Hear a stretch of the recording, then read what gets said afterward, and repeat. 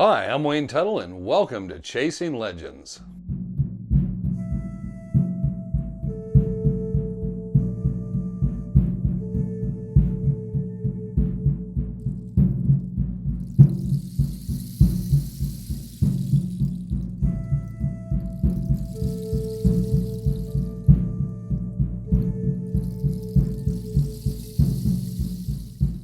Welcome back to Chasing Legends.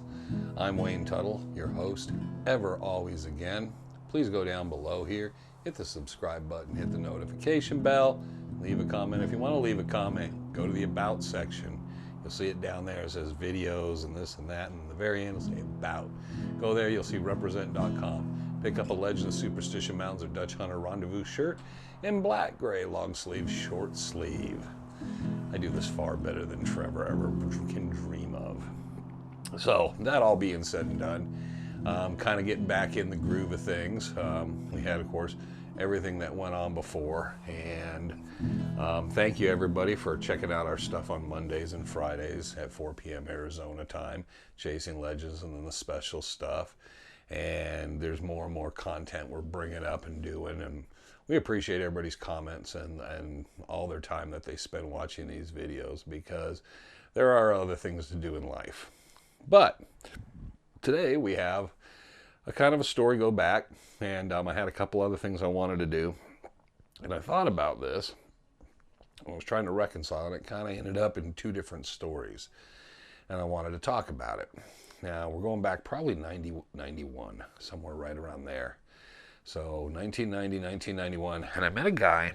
His name, I'm pretty sure, was Kevin Algiers or Alkires or something like that. Now, I got in touch with this guy because a friend, I'd been going out in the mountains with different people over the years, and he said, hey, I know this guy is going back out in the mountains.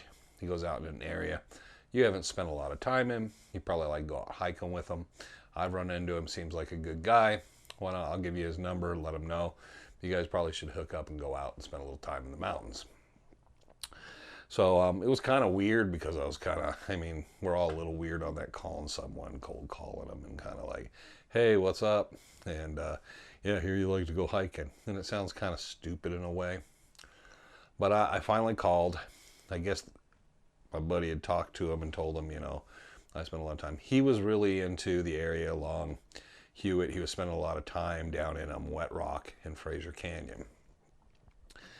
So first hike we did was we went down got lost there for a second, but we went down. There's an old road that would go into Wet Rock, and I don't think it's a forestry road. I think it's still there. Frank pointed it out one day. I think Frank said there isn't much left of it, and there wasn't much then. But you could four-wheel drive back in there, and then you had to bushwhack up through Wet Rock, and then it connects to Fraser Canyon, cuts back, and we head over. And that day we kind of went back through there and went back towards what's called Muskog, or something like that, canyon. And not to be confused with Hog Canyon, which is on the western side of the Superstitions. And we had a pretty good day. We hiked, and I hadn't been out in that area for a while. While we were hiking, we talked, and he said he'd never been up by Tortilla. And he was always wondering about Tortilla Ranch. I told him there's a lot of different directions you can go back in the mountains and all. So he wanted to go back in there. And I think he specifically talked about George Draculich, which you can call him by either name. His name was George Draculich, but he also went by George Miller. His mining claims a mining area down there by Tortilla. I said, I know the area, I've been down in there. Yeah, we can head down there. Road's a little rough, but the road was a lot better back then. So we made a plan the next time we'd go out, and we'd go down there. So we went out to Tortilla, took him out to Miller's mine where he's buried. The mines are there and all, and there's a bit of history with his Lost Dutchman Mining Association thing and all that. And we had a good time, and we were heading back to the truck. And on the way back, this guy kind of joined in. He was kind of more cutting across the desert and stuff, and ended up kind of over by us. Saw him. Weren't sure if he was lost or what he was doing, and we ended up kind of coming into Tortilla together. And his name was David. And we started talking, and he had been back in the mountains, and he was a talkative guy. He was one of those guys that has that nervous energy talking, kind of just keeps going. And which can get annoying very quickly. But we were tired and all, and he seemed like a nice guy, but he was an older guy. We were both, I'd say Kevin was maybe 3 or 4 years older than me, and this guy was probably in his 50s or 60s. So there was a significant gap in ages and all, and he had some gray in his hair, but he had kind of like stringy hair and old beard. He kind of looked like he spent a lot of time back in there. And he had this old Jeep. I remember that because it was sitting there, and it looked like, how did he get that thing to run all the way into Tortilla? Which that happened a lot. A lot of those old pickups and Jeeps would look like they were on their dying day, and they would just keep going and going. So we got back, we're talking to him, and he said there was a spot, and he said he was kind of really nervous about it. He'd been going back up into Fish Creek and going south down into Fish Creek. And he said once you go in Lost Dutch, and then you go down south in about 3/4 of a mile or so. And he'd been down in there, and he had a camp back in there. And he'd been spending time, but this helicopter kept coming in. And he talked about it, and he said it had been 7 or 8 times this helicopter had come in down there and landed. And he said it's a wilderness area. He didn't know what to say. He reported it to the forestry department, or went down to the forestry department and reported it. And they didn't do anything about it, didn't say anything. Were like, kind of acted like they were listening to him and all that. But he said he wasn't sure what was going on. He wasn't, he's all by himself. He's not going to check it out. So he said the last time he'd been back there, this last time he'd seen it, and he would hear it. He would hear it and it would fly in. The time before this, I guess, the last time, he went over to see kind of where it was. And he said it was just sitting over. He didn't get closer than a couple 100 yards, but he saw where they were landing it. He said it wasn't a particular easy spot to land it, but it was tan, he said, and it didn't seem shiny. He said it seemed like a flat tan on it. And he said he decided that he heard voices and stuff, but he couldn't see any people. And then he went back to it where he was camped, which is a distance away. He said later he heard it lift off. So he said, I don't know what they're doing, but it's like they keep coming in and out of there. And he said they're usually there for an hour or two, and I don't know what's going back in there. And this is before Men in Black, black helicopters, that kind of stuff. So he thought it had something to do with government or government contractors or something. And we were going, okay. And we're kind of like, So I've been back in that area, didn't know anything about it, And this is long before K-Kiziar and the whole UFO stuff and UFO bases and the superstitions. I'd never heard of any of that at that point, really. That was just mid-'80s is when all that stuff really started to come up. People started talking like there was stuff back in there. I know they always say they're like 50 years of, there's been 50 years of sightings and 100 years. No one ever talked about that stuff in there. So, other than Henry Burns. So the guy talks to us and he's like, yeah, I wouldn't go back in there. I'd leave it alone. He said it's made him nervous. He's not sure about how much more he wants to go back in there because he said there's something happening and he's worried being by himself and all this. So he's just rattling. And then he finally leaves. We sat there, we finished up, packed up, we took off. So a week or so later, I got a phone call. And Kevin's like, hey, you know where I want to go? And I'm like, of course, once you tell somebody, there's something down here and I don't know what it is, you shouldn't go down there. I'm like, yeah, you want to go down Fish Creek Canyon? He's like, yeah, I want to see what this guy's. He said, there's something bugging me about it. He says, I think the guy's full of crap. Now, I told Kevin, I would say he's absolutely full of crap. But about 10 years earlier, we made a trip down the Colorado River, and we were in a canoe. There's a wilderness area, or like kind of area stretch along the Colorado River where you cannot use any motors. And we went through there and all, and I don't remember what it's called. You can look at it, but it's north of Havasu, between Havasu and I don't remember where we laid in, but went through that, camped out there. And this is probably 10, 12 years before that. And while we're going through, I have a picture somewhere of this helicopter in this cove on this rocky ledge in the middle of nowhere. How they put it there, it's just sitting there. There's no one around. There's no people. There's nothing. Just this helicopter in the middle of this wilderness area. I told Kevin, I said, I don't know what it was doing there, if they had to land it for a reason, but it was the weirdest thing because it was this cove with these cliffs and all this, and it's just sitting there. I'm pretty sure that one was like red one. It was a normal looking helicopter, and it had the markings and numbers on it. But yeah, we just kind of like went by and then took a picture because we were kind of like, at that time, should we get out and check it out, see if somebody needs help? But we're looking around, there's nobody around. They had to be in the area if they were in the area, and we were making, you know, enough noise that somebody would have heard us or come out. So nothing. So I told him about that story, and I said, so I've run into that weirdness like that before. So I don't understand it, but that area of the wilderness, I could see someone being able to come in and come down in there because there's not that many people back in there. It's not like the favorite trail system. It's nothing like that. So I said, if someone wanted to come down and do, I said, I don't understand why, but yeah, we should go check it out and see what he's talking about. Now, we didn't have anything specific. We had just in general what he was talking about. So it was a week or two, we went back in.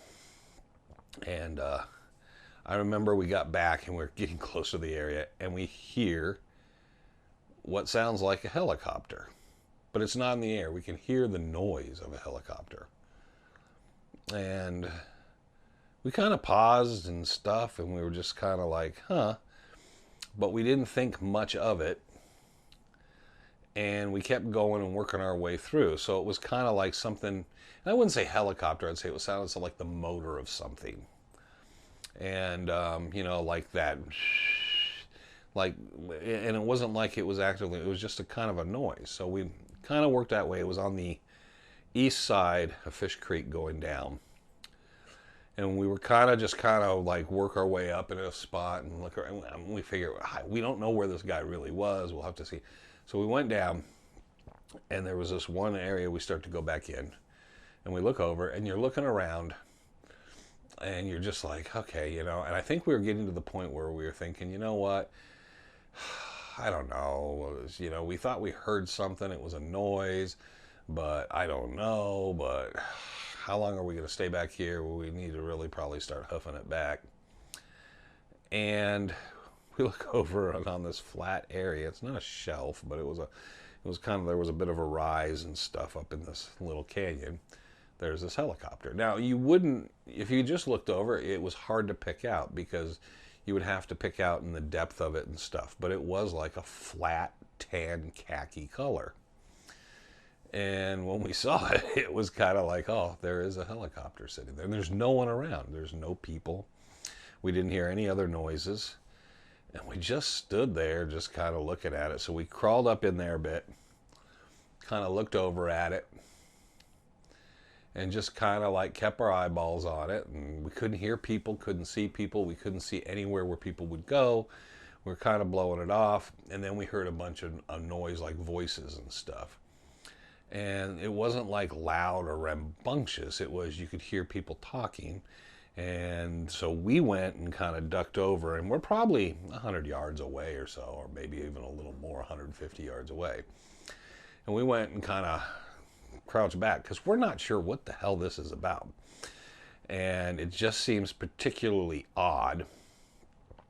And we kind of kept an eye on it, and we would just kind of look and kind of like, then we heard it wind up, and we heard the helicopter. And it took it a while, not only to wind up, but for them to lift off and leave the area. Now, when they lifted, they went up, and then they kind of went northeast, kind of out of the area. So they got up in the air, and we were really particularly trying to stay out of sight because we were worried if they saw us there, because we're not sure why they're there.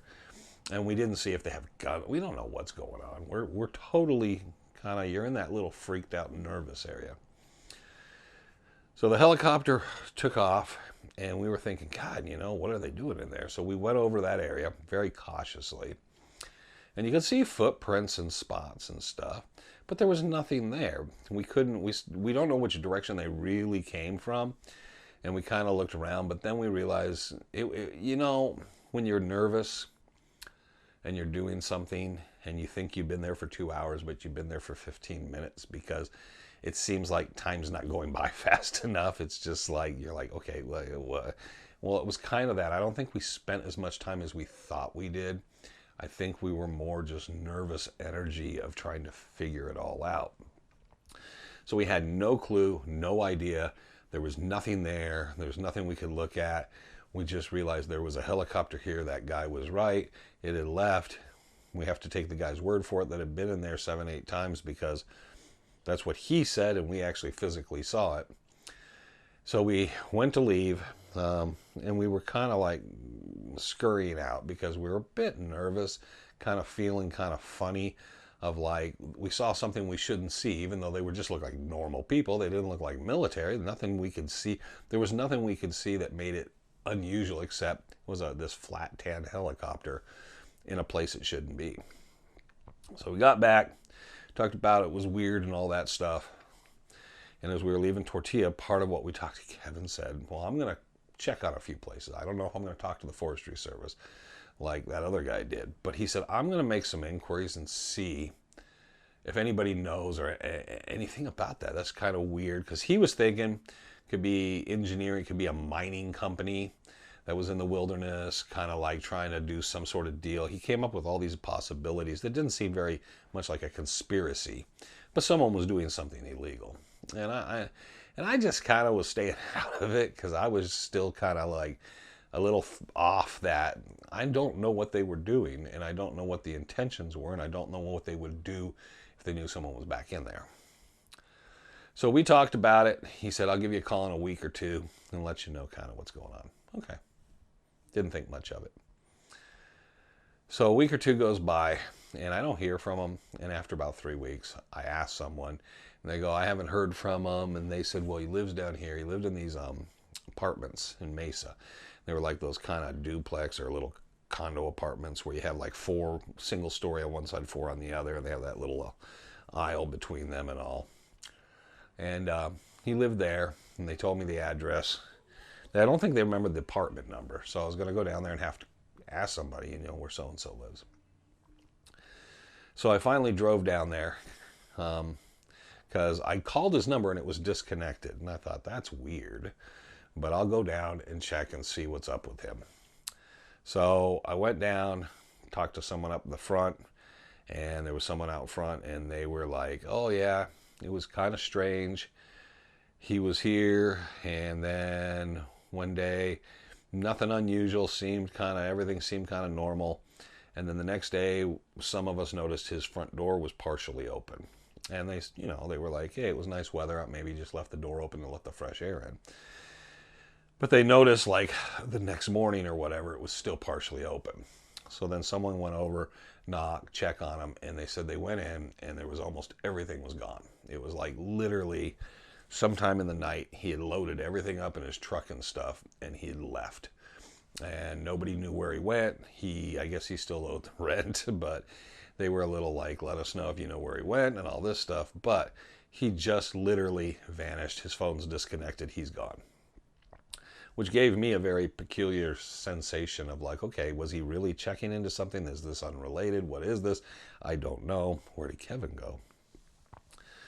So I kind of like thought that was weird.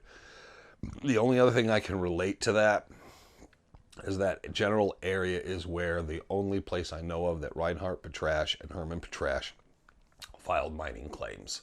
The recorder's office has them. They filed mining claims in that general area. It's the only time the two of them together did them. The Historical Society. I remember most people always overlook that in that area, and it's not down by Iron Mountain or Rogers Trough or anywhere down that way. It's much more north. They seemed interested in that area for a period. I never heard anything else about it. I'd been out a couple times looking around to see if there's ever anything I could find of claims or anything they did. I have no idea. No one's that I know of has ever found anything specific to what they were doing. But that's the only thing I knew in the general area that could be there, that it was, gives you that general area. But I don't know what happened to David. David. Never saw him again in his old ugly Jeep. Never heard from Kevin, and I talked to a couple people afterwards that seemed to have known him and said they never heard from him either, but he'd been born and raised here, so they didn't know what happened. He just kind of up and vanished. So that was one of those weird stories that you go years and years and you just don't know what happens to someone. And it does happen. Sometimes people get a different job, there's an ex-wife, there's something else, and for whatever reason, sometimes not even malicious, they just up and leave. It wasn't like we were best friends. It wasn't sort of like we knew each other that well. We'd been out in the mountains a couple times together. It was odd that he never got back to me in that whole situation. It was a few years later, I made a cursory trip back in there. And it might have been 92 or 93, but I made a trip back to check out that area. And I went back and kind of looked, there was nothing. There was no helicopter. There was nobody in the area. I didn't find anything, no sign of anything. I kind of knew the general area, and I went back with a couple other people, and because I told them the story, and we couldn't find any evidence. There was nothing, and we even looked over the area to kind of see if there was anything. We were looking to see if anybody had staked anything, anything, just some sign that why they were doing something back in there, and we couldn't. I have no idea to this day what that helicopter was about, what they were doing back in there. I've not really asked people because I know the mining companies and corporations will do that sort of thing to go in and check things. That they were there 7, 8 times and kept doing that and going checking something seemed kind of suspicious. The time we were there, we didn't see anything being carried out. Of course, we weren't there when they were already had gotten in, so if they're carrying something in, do not know. Was it were they removing trash? I don't think so. I just don't get it. It seems like a bit odd for them just to go back there and have a picnic.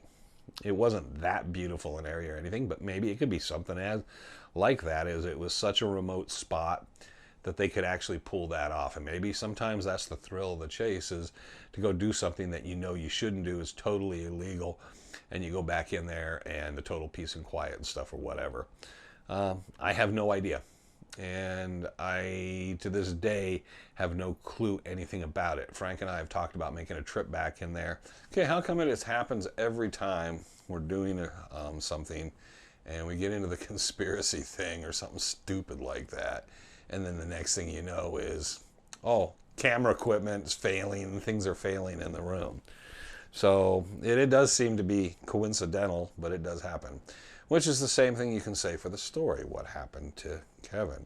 What happened to this? How come I never ran into Dave again? But there's plenty of people I never ran into in the mountains again. Or there's people you run into every 20 years. There's a lot of explanations, but when you put it together, it is an odd thing. Just what does it all mean? You can take it one direction and say, hey, there was someone doing something very kind of shady back in the mountains. On the other side, I looked at it as, I have no idea, and it was none of my business at the time. So I just kind of let it be and never really thought about it. And the only thing I could think of is David seemed particularly have an issue with the Forestry Service. Didn't take him issue, but I wouldn't have taken him serious.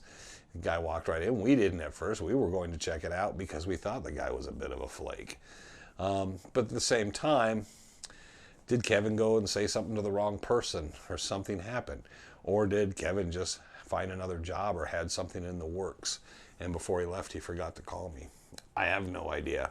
And you can't kind of go through it too much. Like I said, I went back and checked out the area, never found anything out there. So who knows? There's the spooky overtones and whatever else happens. And we've had plenty of those things where Frank and I always step back, and in the moment and even afterwards we'll sit there. And it usually is kind of an odd thing. Like probably the oddest thing we ever had, Frank will bring up occasionally, is when we were sitting in the truck one day and my phone started moving around the truck. And we were looking at it. And I'll never forget, we were just sitting there and we thought it was on vibrate. So I grabbed it. It wasn't vibrating. It was doing nothing. It was just, and he said, what is it? What's going on? I said, I don't know. And we sat there and we looked at it and we set it down again on the armrest, the console. And we were talking and we just looked down at it and then it would start moving again. Like it was vibrating heavily, really vibrating, moving like, just like moving along, like it was trying to walk off. And we watched it for a while, and then I'd pick it up, and we'd put our hand on it, nothing going on, take our hand off and keep moving. It wasn't vibrating, and we never understood that. Frank to this day brings that up, is like, what the hell was that thing with your phone? Why was your phone moving around in the truck?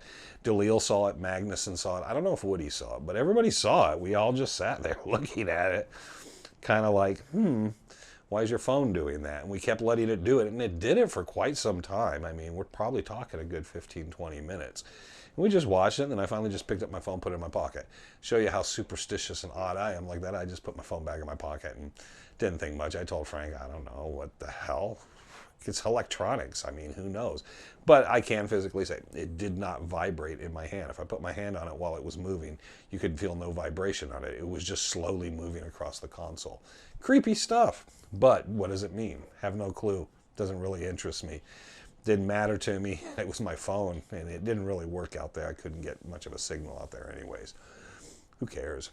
So anyways, there's the story for this week. Hope everybody enjoys it. I don't know if other people, maybe this will bring someone out that remembers something back in the mountains similar. I'm sure we all see that stuff. When we were filming Legends, when I was up there with Mitch Keldorf, I'm sure there was plenty of people saw us circling, turning that helicopter sideways and circling Weaver's Needle, and some of the maneuvers and things we did. They probably thought that was highly unusual in the middle of summer, all that was going on, because I was giving Mitch all kinds of weird directions, and we were zipping through and buzzing things. So it could have been something almost inadvertently like that. Like I said, people just saying, hey, there's this really cool picnic spot I'll take you out to. The guy had a helicopter.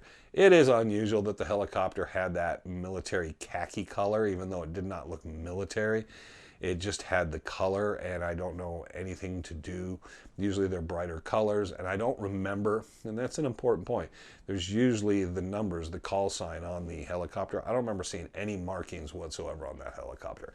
But we never tried to get that close or take any pictures or do anything like that. We saw it the one time. And then after that, once Kevin disappears, I have no interest whatsoever in going back out there or bringing anyone else. Because I'm thinking, he had my number, but I haven't had anything unusual happen to me. And if I just kind of like can't find him and just let it go, maybe I'm okay. So there was that initial, I'm not sure what to think of this. And then later I was kind of more curious and went back out just to see, is there anything to this? Is there anything there? Can I find anything there? Nothing. So there you go, up there. And I kind of gave good enough directions. I could circle it on a map for someone where it was, but it's a kind of a cool area of interest. It's beautiful back in the canyon there. Great hike if you can get into Tortilla Park. So other than that, I don't know of any other historic interest into that general area. So there you go. Another episode of Chasing Legends in. Hope Kevin's well wherever he's at, and David's well wherever he's at. Hope the helicopter guys are just fine and dandy. Until the next time, always remember, I'm Wayne Tuttle. You're not. Take care, and this was Chasing Legends. Have a good week.